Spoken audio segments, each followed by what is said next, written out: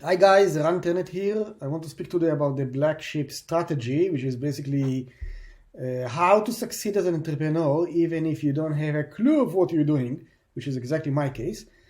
But it worked for me quite well a couple of times in my life when I sold a product to a larger company and when I did a startup exit. I earned quite a bit of money from that, so I want to share with you my experiences. The black sheep strategy is crazy. It's outside of the box thinking. It can make some experts angry. It will make your life a nightmare, but it's an addictive thing and quite a lot of fun. So stay with me, please. First of all, I want to ask you a couple of rhetorical questions. The year is 1994. Would you mortgage your house to invest in Zshop, which is an online auction website? Think about it. Something which anyone can do today in a click of a button with Amazon and other services. Would you mortgage your house to develop such a platform? Another question. The year is 2005, and a failure author, someone which has been rejected 36 times by other publishers, is coming to you and asking you to invest money in an online newspaper. Would you do it? Most likely you wouldn't. And the last question, a serial failing entrepreneur, someone which all the time failed and just got bankrupt, and he got bankrupt because he developed a failing social media website. Okay? And he's coming to you and he's telling you, I'm going to build SocialNet, which is another social media website. What do you think? Would it fail or would it succeed? So obviously those were rhetorical questions which I expected you to think, no, I wouldn't do it. But this is actually the story behind Jeff Bezos from Amazon, Arianna Huffington from Huffington, and Reid Hoffman from LinkedIn. So this is the story behind their success. So what do we learn from that? So what I want to emphasize that the truth, the hard truth is that nobody really knows which idea will succeed and which idea will fail. You go online, you see all those online courses, online ebooks which tell you, that's how I'm going to succeed, that's what needs to be done. The truth is, nobody really knows. That's the hard truth. More than that, we know that two ideas, the same person, the same conditions, one idea will fail and the other one will succeed. This is actually overwhelming. If you think about it, I can compare it like the Galileo Galilei experiment. Galileo Galilei, he took two balls. One of them was from lead, the other one from wood. I think it was wood. He dropped them from a tower, and both balls arrived to the ground at the same time, which proved that basically gravitation is not conditional, is not dependent on the mass. So imagine that Galileo Galilei came to you and told you, we take one ball and drop it and we get to the ground, and the other ball will fly somewhere else, Which basically that's what we're saying with those entrepreneurship principles. We're saying one idea will fail, the other one will succeed, even if there's only a slight difference between them. So what do we do? How can we address that? Like does it mean that everything is going to fail? Does it mean that it's about luck? What are we going to do? So my point in this strategy is that we need to think differently. We need to think different than what we used to.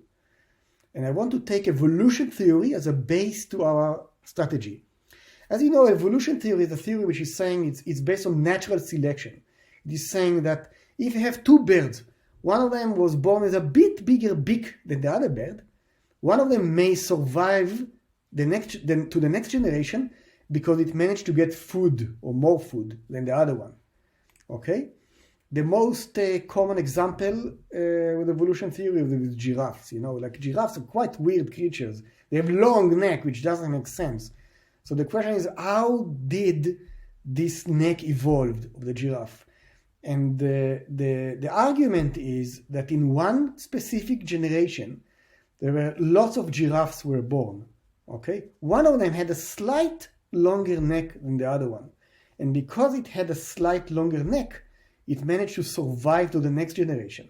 And then in the next generation, we had again lots of giraffes, but one of them had a bit slighter neck until we got to the neck of the giraffe, which managed to survive the hardship of evolution.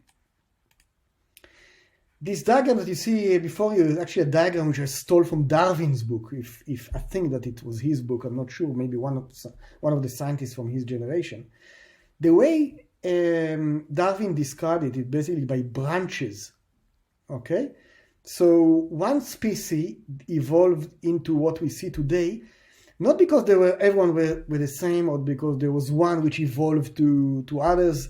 It was because in a specific generation there were lots of types of that species, and each one of them evolved to the next generation. But in the next generation, again, they had lots of types, not one, okay, not the same one, lots of types. One of them survived until, you can see it in each branch here, there are lots of types. One of them survived until we got to what we call a reality of today, or the species that survived to today. Entrepreneurs work slightly differently. Actually, I must say that Israeli entrepreneurs are quite similar to, or they quite commonly using the strategy of the black sheep. So it's not my invention. But outside of Israel, I didn't see lots of people doing or implementing this strategy. Usually what most entrepreneurs are doing, they're taking one idea, trying it, either failing or succeeding. If they fail, they continue to the next idea, and then to the next one, until they succeed. But each idea may take 5 to 10 years time, and you don't really know if it's going to succeed or not. Okay? So the black sheep strategy is different. The claim is that instead of working on one idea, we should work on multiple ideas, lots of ideas, maybe 10 of them. Okay? So imagine you producing 10 different products. Okay? Each one of them is slightly different or dramatically different for the other ones. And then you throw them to the market, and you're not making them the best ideas. You're making them good ideas. So there's a verse in Israel, the worst enemy of the good is the best. Don't try to make it the best. Try to make it good. Okay?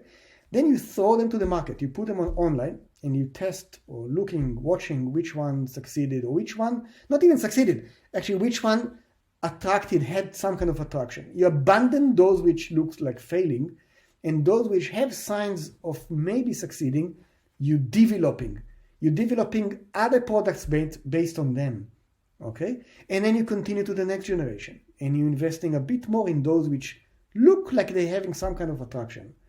And then you invest in the next generation until you're getting to the one thing which you know or feel that is going to be the right thing. So basically, instead of going up the steps, you're doing what Darwin did, or what evolution is doing, which is developing branches of ideas. In my imagination, I'm sometimes seeing not really branches or stuff like that. I'm seeing a spiral. I'm starting with something which is really broad and not focused, and I don't really know what it's about, you know. I'm trying something. And if I see that it's interesting, or people are interested in it, I'm refining it and refining until I get to the point. Okay? Actually, if you implement the black sheep strategy, it's not about one idea. It's about multiple ideas. Each one of them is a spiral, and they all together focus or enter this central point in which you know what basically may succeed.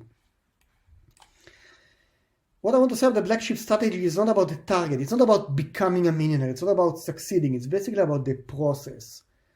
Okay, that's a really important thing to understand. In the process, you're going to learn. You're going to study. You're going to understand what would work and what would fail. And this is very important, the process. Yeah, let's look at some high-level tips, which are basically the true, I think, everywhere, and not just with the black sheep strategy. My first tip is don't spend too much money. Don't spend a lot of money, even if you have money. Not because it's bad to spend money, but because it may be the wrong thing to do, and I'll explain why. First of all, if you spend $10,000, buying for $10,000 something for someone else, there is something wrong there. Why? Because $10,000 can buy you things which you can do by yourself. and it means that you're not doing it by yourself. Which brings me to the next point. Try to do as many things you can do by yourself and not to buy them outside. I know that it's against what other entrepreneurs are saying. They're saying delegate, give someone else to do it. Don't do it by yourself. You will not have the time. It's wrong. Why it's wrong? Because we're back to the learning point of view. You need to learn. And how do you learn? By doing by yourself. I'll give you an example. In one of the startups which I'm doing now, FaceNation, it's artificial intelligence, face recognition algorithm. I have 2 coders and 2 scientists working for me. But I'm trying to do things by myself. Whenever I can, I'm coding by myself. Why? Because then I can spot where the real problems are. I can understand what needs to be done. Yes, I'm getting help, but I'm trying to do as much as I could by myself. The next point, avoid partners and co-founders as much as you could. So if you can be by yourself, do it. Don't enter partners into your venture before you have a product, before you have something that you can launch. Why? Mainly because it will take your time, waste your time, and cause you troubles. Okay, most of the startups fail, not because of money, not because of the idea, not because of product, but because of bad partnerships. So avoid partners in the early stages. Avoid investments in the early stages. If you go to investors and ask for like $10,000, first of all, there's a problem there. As we said, $10,000, they will ask you, why do you need $10,000, Why? To do graphics? Spend the money by yourself. But not only that, if you have investors, if they invest money, you will have another person which will tell you how and when and what and where, and he's a partner. He's going to mess up with your venture. Try to avoid it and to delay it as much as possible. And the last point, try to enjoy life. Don't wake up in the morning and tell yourself, I must succeed. I must be a millionaire. No, tell yourself, I want to do something which I enjoy. I want to do something which is fulfilling me. I want to change the world. Don't think about money. Don't think about success. That's not the point. Think about your own life. And this brings me to the last point, that the black sheep is totally different to the mad cow. Okay? This is something to understand. Take care of yourself. Take care of your family. Do something that you like to do and enjoy it. Otherwise, you will not succeed. See you next time.